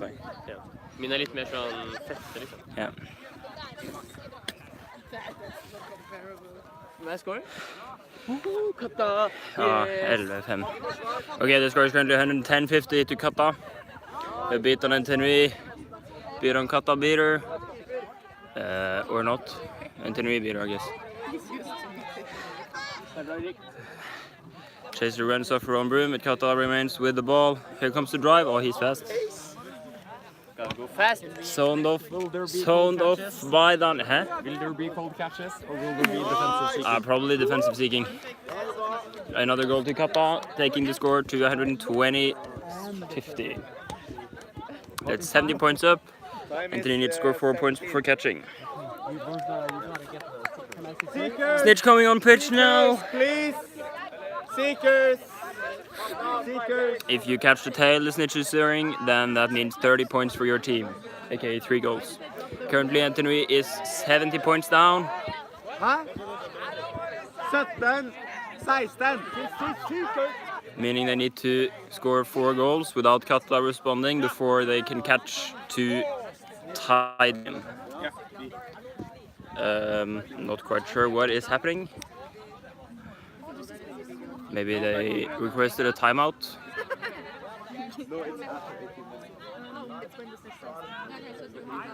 Okay, no call apparently. NTNUI with ball. Jan Kondula currently playing keeper. NTNUI's top scorer, maybe, I think. I'm not quite sure. He scored a lot of goals yesterday. Daniel with the Turkish and a shot on the hip, which goes through, and that's a point for NTNUI. 120-60. NTNUI now only 30 points needed. And here we hear from the NTNUI lineup that they're going to defensive seek, meaning that they want to drag out the game and try to score more goals. Here comes Katta number 1 with the drive, stopped by Benedict and also beat. Where's the ball? Jan Kondra picks up, and here comes the counter. There's no beaters in defense for Katta. There's a quick Katta player, but he's not quick enough. And there's a goal for NTNUI, bringing the score to only 50 points down, 120-70 to Katta Rumpeldunk. Seekers have still not been released. Seekers are... Katta spiller! Dere på. Seekers are released. A bit too late. Katta with the ball now.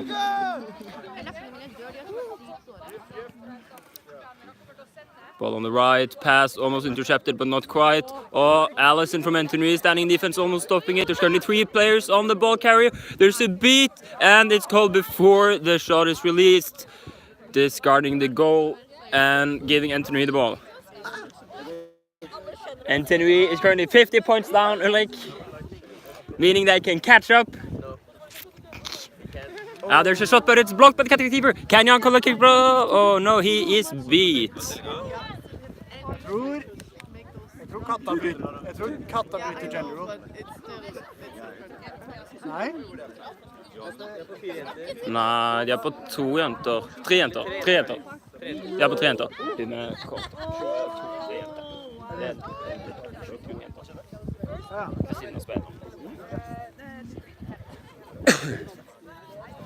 Som sagt, goal for Katta Rumpeldunk, taking the score again up to 60 points up.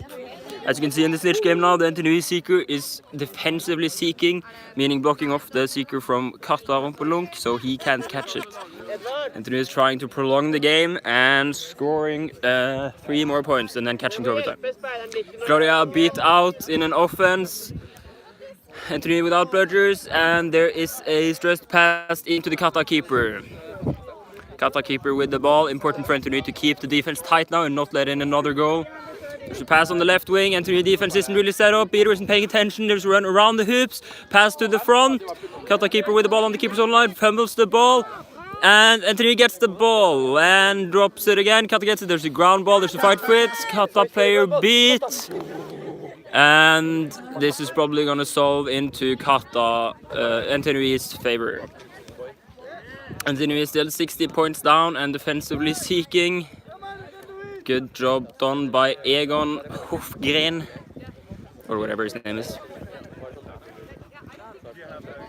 Benedict currently with the ball for NTNUI. Edvard Holen pressuring out though. There's a beat on Milden, there's a ground ball. Katta picks it up. Drive currently on the midline. A bit of fumbling around the snitch. Drives on the left, passes on the right. Opposite, I mean. And there's a beat on Katta with a pass afterwards. And there's a turnover to NTNUI. Still 60 points down. Been a couple of goalless minutes now, but here comes Jan Kondola on the drive. Open on the right, but there's a beater, and he does a shot, which is blocked by the keeper. No goal. If there's 5 people in front of him. Jan, wait for your bludger. Wait for your help.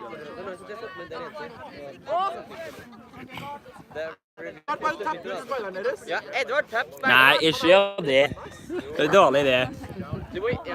Let's see, NTNUI picks up the ball somehow. Jan Kondola on the drive. There's a beater in defense. Let's see if he notices, and he slows down to play a setup offense. Very good. Pass to Allison, but intercepted by number 4 from Katta. He goes on a run into 2 bludgers. Passes the ball to the right, maintains safety. There's a shot on the hoops, which misses, and NTNUI gets the ball. NTNUI also with bludger control. Claudia and Daniel working well. Scores the 130-70 to Katta Rumpeldunk.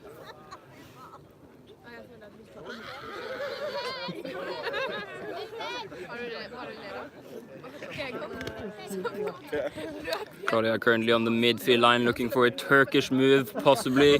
Let's see what they do. She is trying to shoot out the front beater. Does she manage? And she shoots at Holen, but he blocks. Still one beater in Katta's defense, and that leads to a turnover. Katta gets the ball. No, there's a brooms down. Let's see the situation. Vincent. Referee is explaining something, can't hear what it is though. Snitch handicap starts in 1 minute, meaning that he has to stay 1.5 meters from the midfield line and gets his area of movement restricted. Further handicaps are introduced at 28 minutes and 32 minutes, respectively, only being able to use one arm and only being able to stand still on one single point. Snitch is currently chilling. It's pretty energy saving to have somebody defensive seek for you. This is the last game of the day. Yeah.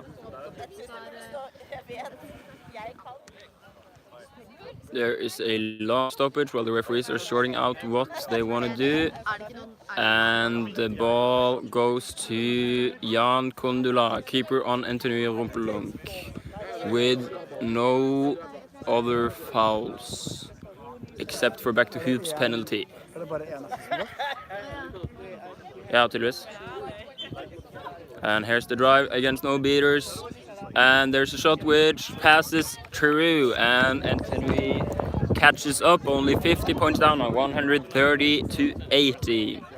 Katta with the ball on the midline, passes it off to the right, far side from the stream. There's a drive, but it's blocked by Jan Kondola. Katta still with the ball though. There's a drive, can he get it through? There is a goal. Daniel tries to block it with a bludger, but isn't fast enough, unfortunately, leading Katta to score and bring the score back up 60 points in Katta's favor. NTNUI now on the offensive, looking to score 3 more goals before catching the snitch. Keeper with the ball, getting in his beaters for support. Katta Rumpeldunk though with bludger control. There's a shot on the hoop which misses. No goal for NTNUI Rumpeldunk. And Katta now with the ball.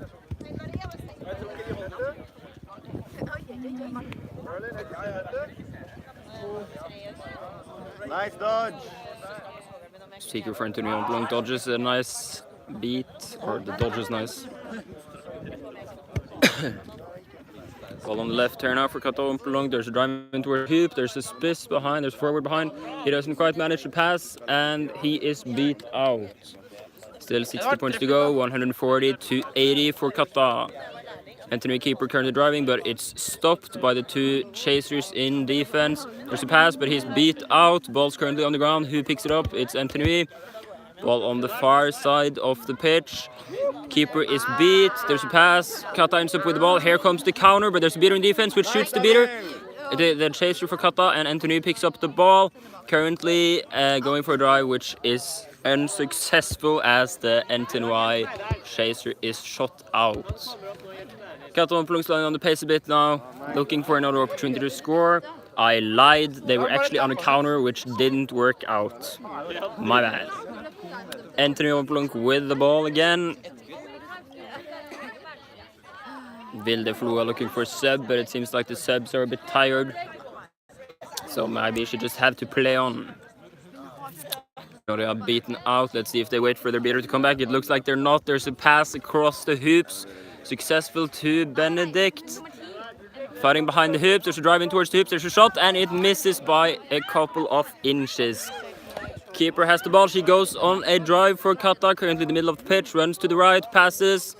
Claudia does the shot and shoots him out as he also misses his own shot. Katta still with the ball, driving in on the hoops, and there's a shot which misses, but the referee calls it in.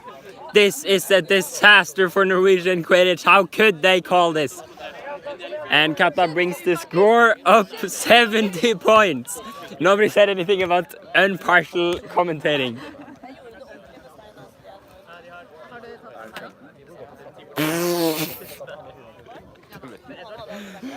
Okay, Anthony on the drive gets all the way in on the hoops and they score, bringing the score back to 60 points up for Katta, 150 to 90 in favor of Katta. And Claudia and from Anthony and Edward from Katta trades beats, even though Edward doesn't properly follow the knockout procedure. Katta with the ball on the left. There's a drive, there's a fast drive, dodges one defender. Can he dodge the keeper? He doesn't dodge the keeper. There's a shot, but it's blocked by Benedict from NTNUI. Katta still with the ball. There's another shot blocked by the keeper, picked up by Benedict from NTNUI, who starts the counter drive. There's currently 2 bludgers in defense though. Let's see how he solves this. Daniel gives him space. He gets a face beat, but NTNUI remains with the ball. Driving in against 2 bludgers. Passes it across the field. And there's a ground ball, which NTNUI doesn't fight for, giving the ball to Katta Rumpeldunk again. Score is currently 90-150 to Katta Rumpeldunk. Again, they need to score. NTNUI needs to score 3 goals. Edvard from Katta trying to, it's a fan of Claudia. Huh? It's a fan of Claudia. Nice. He's called Matthias something. Hi, Matthias. Allison fighting for ground ball. She can't quite get it go, so Katta picks her up. But no, Allison from NTNUI gets the ground ball and passes it successfully off to the keeper. Nice defensive chasing there. Jan is looking for the drive, but there is currently... Matthias says hi back. Matthias says hi back. Ah, nice. Is Matthias Belgian? I don't know, I guess he's like a friend of Claudia or something from Belgium. If you're Belgian, Matthias, I gotta say German beer is much better. Ooh, there's some shots fired here from my co-caster Lenny Schönfelder.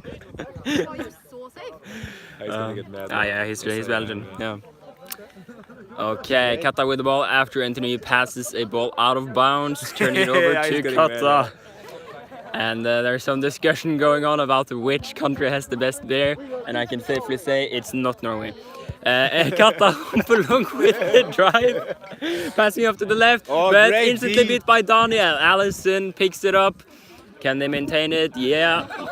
Keeper for NTNUI has it. Jan with a fast drive now into 2 bludgers. Let's see what happened. He drops the ball, but maintains it, manages to pick it up. He's beat, but Allison picks it up. Allison from NTNUI, Rumpeldunk. Let's try to keep play like calm and collected here now.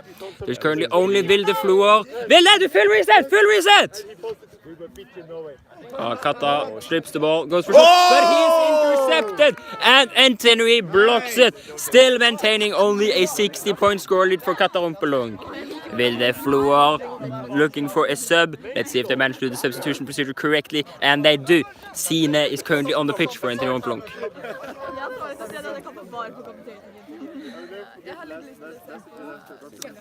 Okay, Jan with the ball. He dodges the defender. Claudia also beats the ball. Now Kevin, apparently he's not beat. There's a shot, it was blocked, but picked up by Pascal. Is he beat?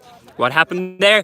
Is it a good goal? The referee has to make a decision, and it's called no good beat before from Pascal. This is like the 4th time somebody catches my snitch tail while commentating this game. This is the worst commentator in the world. His name is Jürgen Schluck. And this is spoken by the official winner of the Losers Commentator Award, Jakob Frøling. Oh! How is the snitch doing, Jürgen? Yeah, how are you doing, Vincent? One thing. Disipler looks a little tired from your second team, Jürgen. What do you think about that? Yeah, he's been defensively seeking along now for quite a while. Okay, Katta with the drive again. This guy's quite new, but he's stopped by Pascal, who intercepts or stops a good pass shot on the hoop. And with the ball, still keeping it at 60 points up for Katta Rumpeldunk. What's the 90 time? points. Hva tida, Tobias? 60 points up. 29. 29. Da skulle det være andre handicap, da. Ja, veldig bra. We've currently played this game for 29 minutes. The game goes on until the snitch is caught, which happens anytime from 18 minutes to usually about, well, the long game is maybe 35-40 minutes. This game is starting to drag on because NTNUI is dragging out the game, defensively seeking. Pass intercepted by Katta, but not successfully, so NTNUI maintains the ball. Pascal looking for a goal, goes for drive. There's a shot on the hoops, which misses. There's the ground ball. Katta gets it. So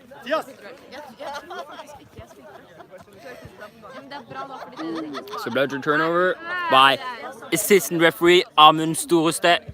Also coaching the best team in Norway, assistant coaching, NTNUI.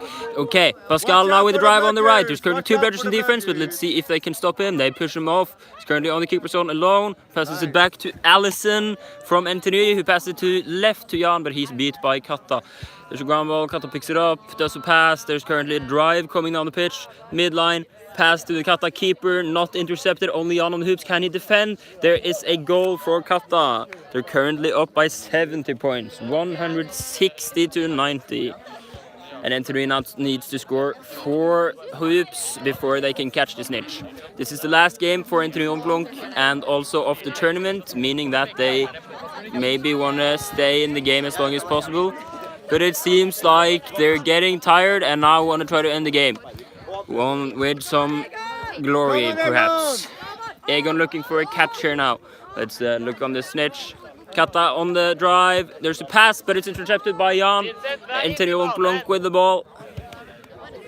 Only 70 points down for NTNUI Rumpeldunk. Scores 160 to 90. But it seems like NTNUI Rumpeldunk has decided to catch the snitch, ending the game. For clarity, if they now catch the snitch, that means they also lose the game. But they want to end the game after having played, I don't know, like 9 games or something this weekend. Go for a dive. You got him. You got him. Okay, we can watch both things here. There's Edward, and Egon from NTNUI Rumpeldunk catches the snitch. Let's see, this should be a good catch, but the referees are doing a quick huddle to see first.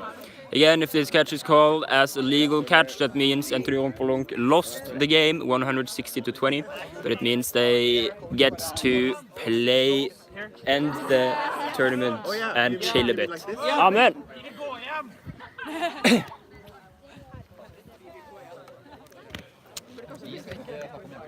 Let's see if there's a good goal. If I could zoom in. Okay, we're zooming in on the referee huddle. Referee zooming in on the referee huddle.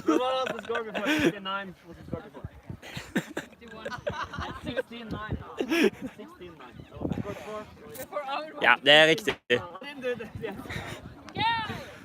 Okay, we're zooming back out.